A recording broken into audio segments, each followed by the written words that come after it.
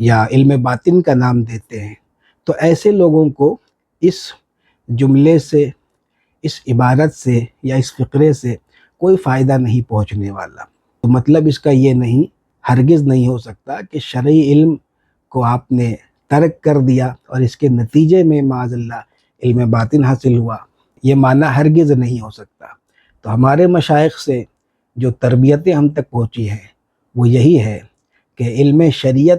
یہی اصل ہے، اصل الاصول ہے، اسی سے تمام علوم نکلے ہیں، خواہ وہ طریقت کے علوم ہوں یا معرفت کے علوم ہوں یا حقیقت تک رسائی حاصل کرنے والے دیگر بہت سارے علوم ہوں، وہ سب شریعت کے منبع سے ہی نکلتے ہیں۔ اب اس بات کو سمجھنے کے لیے میں ایک چھوٹا سا واقعہ عرض کرتا ہوں۔ وہ کسی کتاب میں ہم نے پڑھا تھا کہ ایک بزرگ تھے، ان سے ایک شیخ الحدیث مرید ہوئے، جو کہ بخاری شریف، مسلم شریف وغیرہ کا بڑی بڑی کتابوں کا درس دیتے تھے، شیخ الحدیث تھے۔ تو ان کو جب وہ مرید ہوئے تو ان کو کچھ اوراد، اعمال، اشغال تعلیم کیے گئے۔ تو جب وہ اس میں منہمک ہوئے، اپنے دروس کے علاوہ وقت نکال کر کے کچھ ریاضت میں، کچھ مجاہدے میں وقت انہوں نے صرف کیا، تو انہیں وہ لذت حاصل نہیں ہوئی۔ تو کافی دنوں یہ کرنے کے بعد اپنی مرشد کی خدمت میں حاضر ہو کر کے یہ شکایت جب عرض کی، تو حضرت نے فرمایا کہ آپ بخاری یا دوسری بڑی کتابوں کا درس جو ہے وہ بند کر دیں۔ اب یہ تو بہت گراں تھا ان کی طبیعت پر، لیکن پھر بھی یہ کہ حسب الحکم انہوں نے اس پر عمل کیا۔ تو کچھ دنوں کے بعد جو ہے پھر وہ لذت جو ہے، وہ چاشنی جو اوراد اور وظائف اور اعمال و اشغال کے ہوتے ہیں، جو ایک روحانی واردات ہوتی ہے، تو وہ ان کو میسر ہونے لگی، حاصل ہونے لگی۔ تو پھر خدمت میں حاضر ہوئے اور سارے احوال کا، کیفیات کا ذکر کیا کہ اب ماشاءاللہ یہ چیزیں ہو رہی ہیں، یہ ترقیاں ہو رہی ہیں جیسے۔ تو مرشد نے ارشاد فرمایا کہ یہ چیزیں اس وقت بھی حاصل ہو رہی تھی، اور یہ کیفیات اور ان ساری تجلیات کا ظہور اور صدور اس وقت بھی ہو رہا تھا، لیکن آپ کو محسوس نہ ہونے کی ایک وجہ یہ تھی کہ آپ ان سے بھی بڑی چیزوں میں انہماک رکھتے تھے، یعنی کہ وہ درس بخاری اور درس مسلم شریف اور دیگر بڑی حدیث کی کتابوں کا درس۔ فرمایا جیسے بخار والے کے منہ میں کھانے کا یا کسی مشروب کا مزہ یا ذائقہ محسوس نہیں ہوتا ہے، تو اسی طریقے سے آپ پر اس صورت میں جو روحانی واردات، جو باطنی علوم کے جو فیوزات ہو رہے تھے آپ پر، آپ کے ریاضت اور مجاہدے، اعمال و شغال کے نتیجے میں وہ آپ کو کیوں کر محسوس ہو سکتے تھے؟ کیونکہ آپ تو اس سے بھی بڑھ کر کسی چیز سے لطف اندوز ہو رہے ہیں نا، آپ پر کسی بڑے علم کا بخار ہے نا،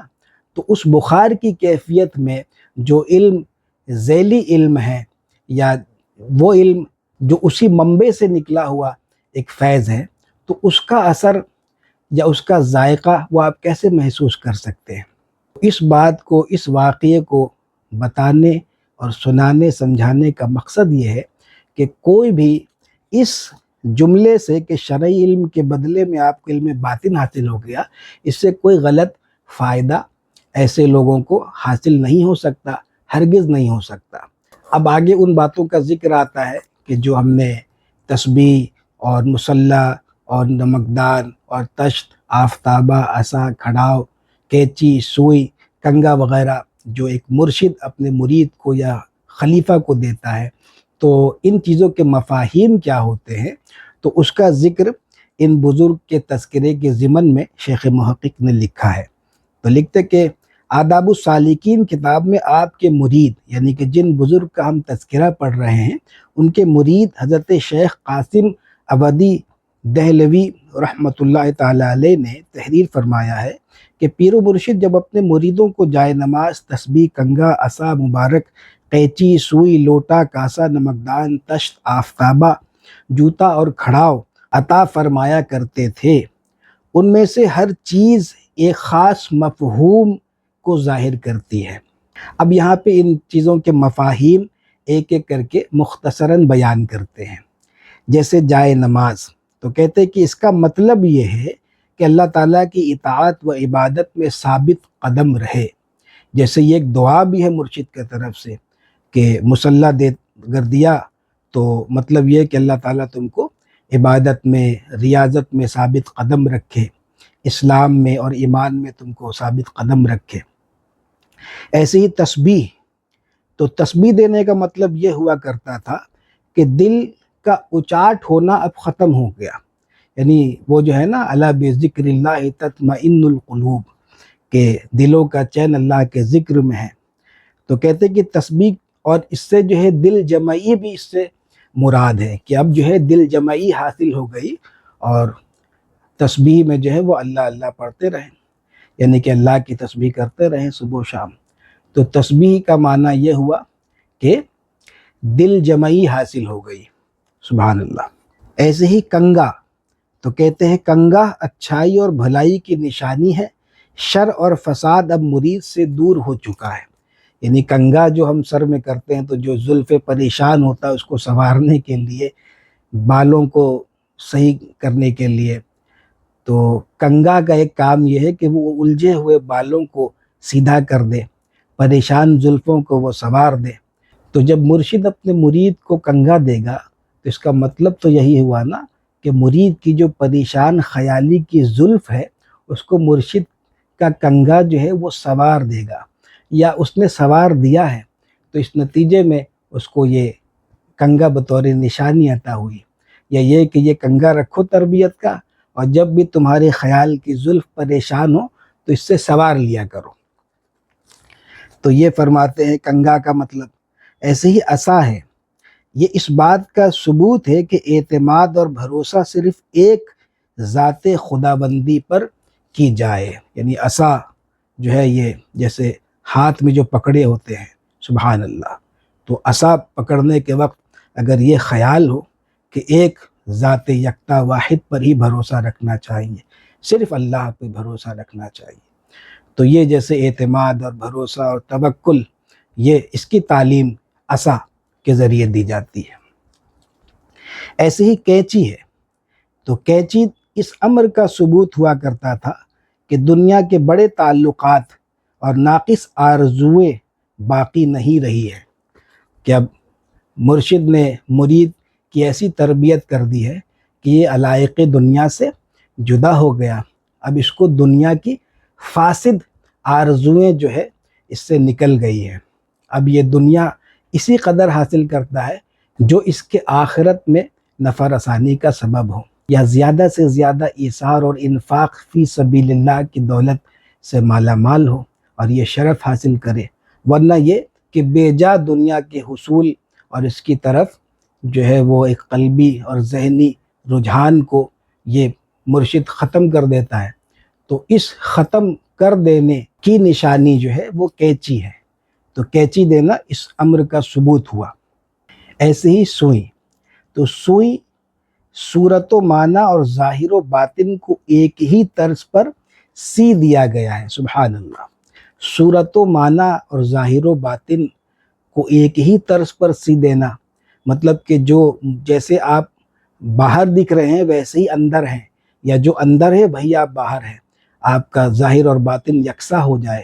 آپ صورتاً اور معناً وہ ایک ہو جائیں، سبحان اللہ، یہ بہت بڑی بات ہے۔ تو مرشد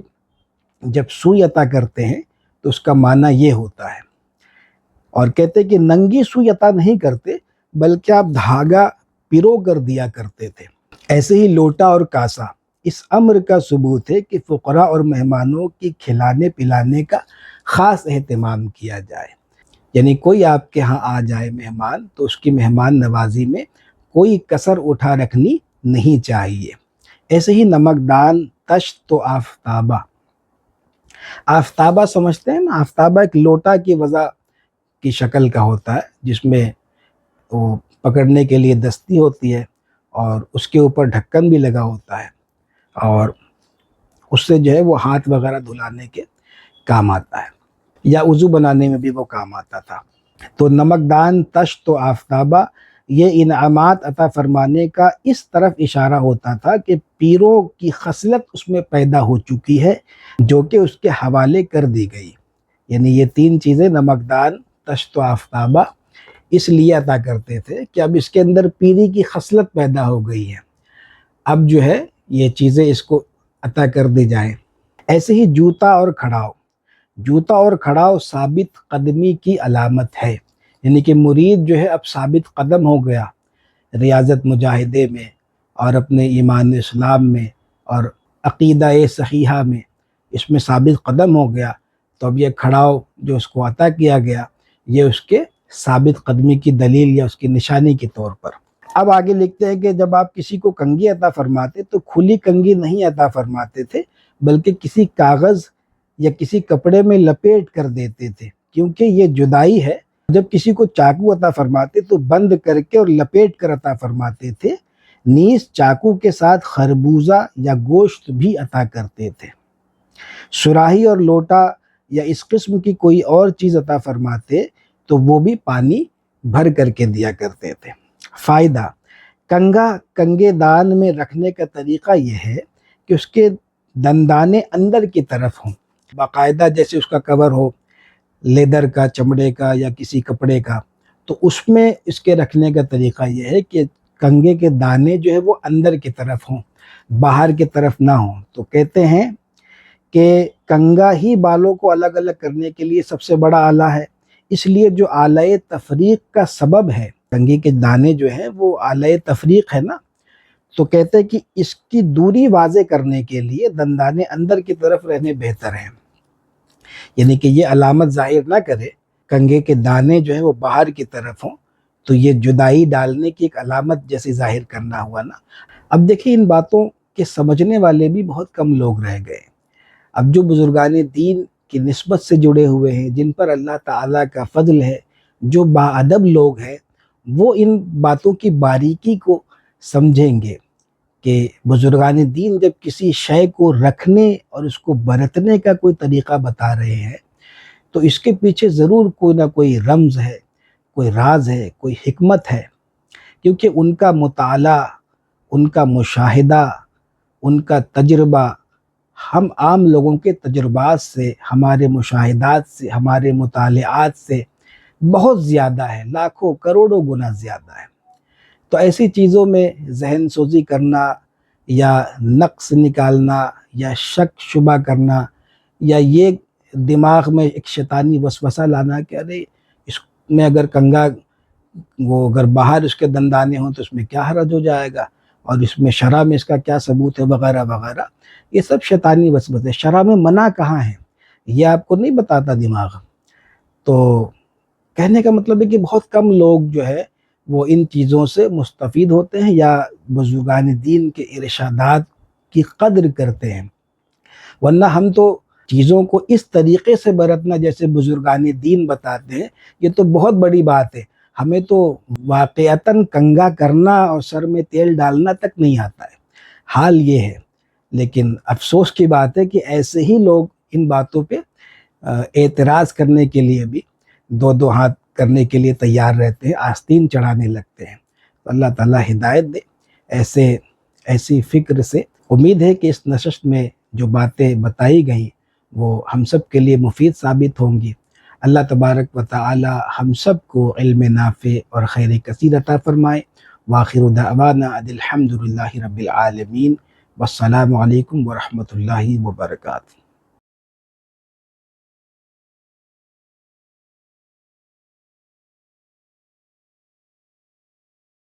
لا